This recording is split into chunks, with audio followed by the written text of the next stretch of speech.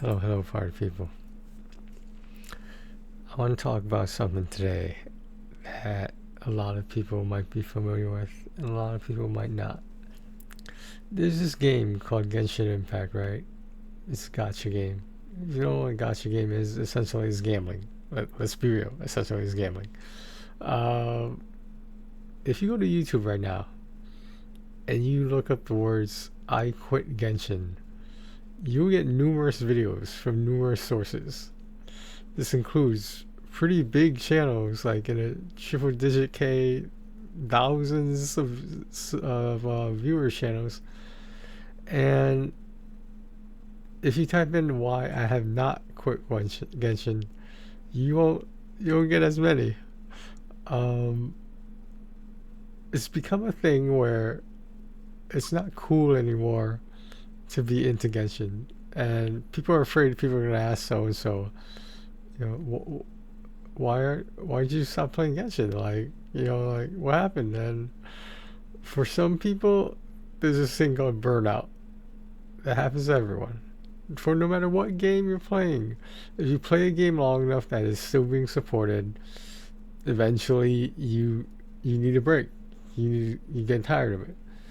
Now, a minority of the videos out there will go something like this: why I quit Genshin and why I came back. Or you might even see why I quit Genshin, why I came back, why I left again. And it's solely a personal choice. Why certain players, you can make the argument why not all players will ever quit Genshin, and it's due to a large number being spenders. I did not say low spenders, I did not say whales, I did not say Poseidons. Spenders. If you spent money into the game, you feel obligated to play that game, or else you would have to justify why it was a quote unquote waste of money. More importantly, waste of time. But we're not here to argue that. I just want to share why I have not quit Genshin, and it's due to one character. I think we all know who she is, and she's very relevant currently in the quote unquote new region. And I I think she's one of the most fleshed out characters in the shortest amount of time that we've actually even heard from her. And we're talking about offline and offline. That song, come on, Blazing Heart, come on now. I did not see that one coming, but when I did, I was like, okay, I'm staying a little bit longer, and like I never had any intention to leave. I do understand why some people who have had people that cared about loved ones, etc., why they have seen their gambling addiction and they begin to question it in their own lives. And one of the things might be is a gotcha game, gotcha games in general, specifically Genshin Impact. Now, what you will see on YouTube, also plenty of videos. Why I quit Genshin for Wuthering Waves. If you don't know, Wuthering Waves is another gotcha game uh, that does things slightly differently. It's more player friendly. It's more free to play friendly. So I hear. I played like the first like 10 minutes of it. I I thought it was interesting. It it didn't really make me want to stay. Um, I wasn't ready. I will never be ready to start another gacha game. I was close to Zenless Zone Zero, but like it just never happened. I really didn't like the turn-based combat in Star Rail. That was just my personal, personal taste, personal opinion. But no one ever truly quits Genshin. I'll tell you why. You remember when that first lantern right happened, right? Like the all you had, the like wow, this is so cool kind of thing you had, right? You will never forget that feeling.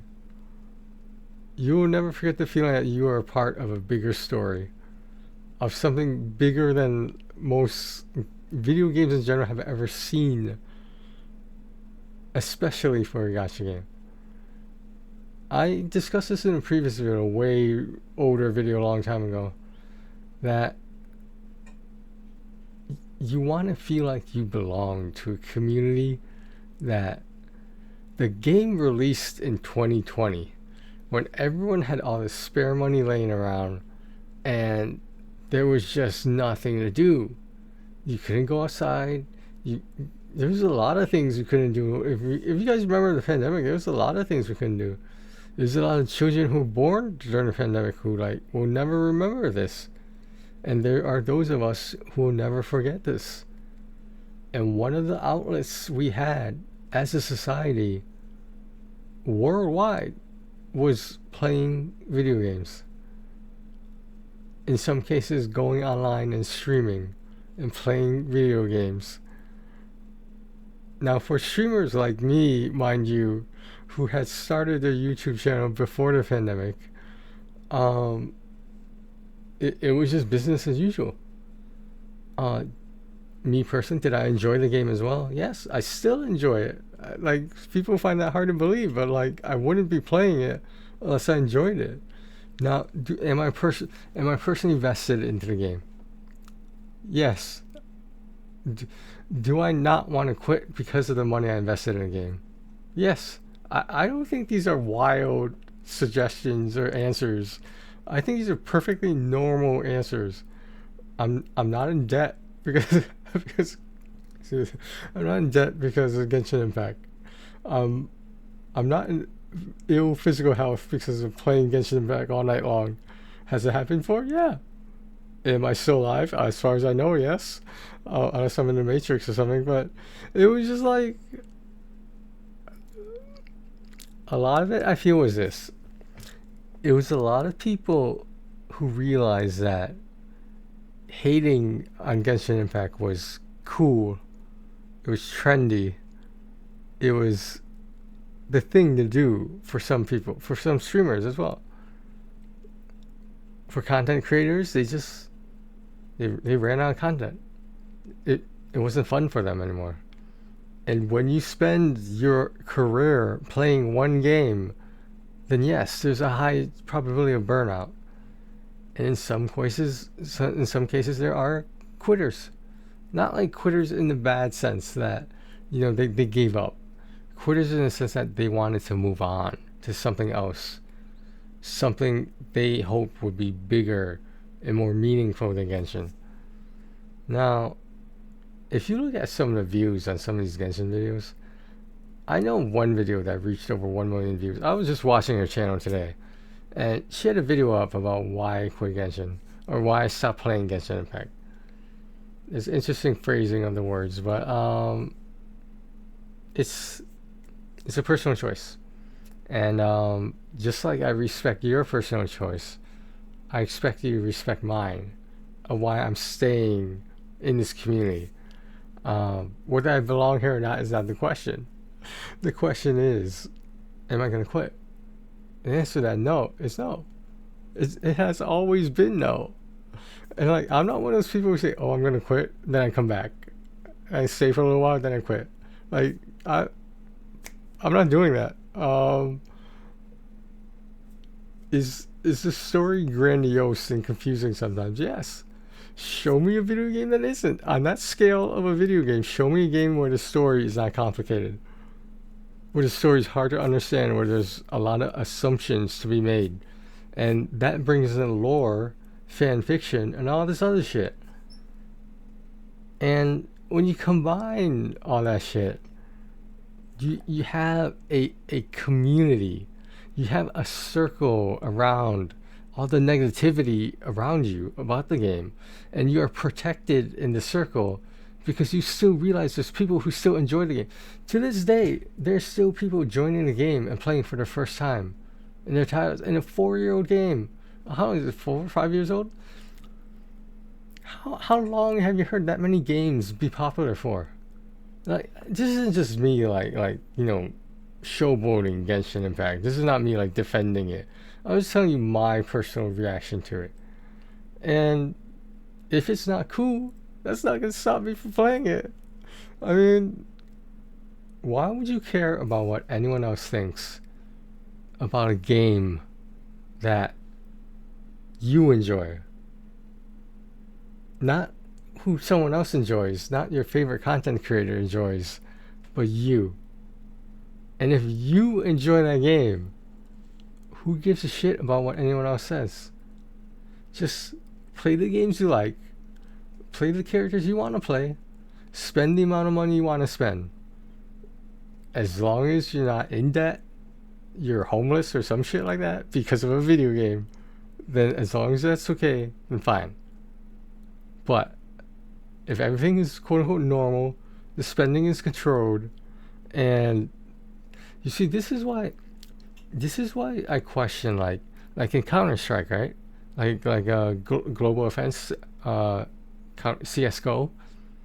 There's loot crates that you can buy to get better weapons and skins that are popular, and that you can sell for real money. If that's not gambling, then I don't know what is. Like, if you think that CS:GO, all these other games with loot boxes, loot crates, Fortnite, skins, etc., like these games and these ideas have been around a long time. They're called microtransactions. And in Genshin, there's not exactly a microtransaction. There's a macro intent. And there's a macro part of it where you're spending a lot of money instead of a little bit of money. Now, what is everyone's definition of a lot of money? I would say, in general, people will say $100 is a lot of money. And that's how much you need to spend against an impact sometimes. If you want. No one's forcing you to. If you want to make the game quote unquote easier for yourself, go ahead. If you don't want to, then like you're allowed to question however much you want. You're allowed to struggle however much you want. And if this game is too hard for you, then no one's forcing you to play it. I highly doubt anyone's content out there anymore relies solely on Genshin Impact. If all you've been doing on your channel is covering Genshin Impact stuff, that's great. But don't expect there to not be any backlash if you use a very hasty phrase like, I quit. Because that tells your community, your audience, that you took them on this journey and you sort of made them think that you were going to stay on that journey because they enjoyed the game with you. But when you quit, what happens to them? And to be honest, there's a difference between them and your audience. Now, the audience that matters will stay with you. Anyone else, just let them do their own thing. You can't control who they subscribe to. You can't control who they become members to. Just chill the fuck out. Play the game if you want to. And just realize that I have not quit. I have no intentions of quitting. And the only time I will quit is when the game is not supported anymore. When I feel like I've done everything in the game and there's nothing else to do. In a 4 to 5 year old game where there's nothing else to do. Well, I spoke my piece. I think there's a lot of things that people need to consider if they are questioning quitting Genshin Impact, especially if you're a spender. On whatever scale, to be honest. For some people, spending like $5 on a Woken Moon is a lot. For some people, that's considered a lot. For games that they just buy and start playing, it's considered a lot. But if you're free to play something that you don't encounter in a lot of other games, then that might be a lot of money as some people are used to being free to play. Free to play is when you don't spend any money whatsoever. Generally. You might be free to play and only spend certain money amount on certain things within the mechanics of the game. It's not important. The point is that is important is that let those people have their own opinion before you judge them, despite how big the channel may or may not be. For someone whose channel might revolve, has been revolving around Genshin Impact, They might feel like they don't have anything else to do. What they're afraid to start different content on different things, and like, because it might ruin their career. It might be a bad business choice.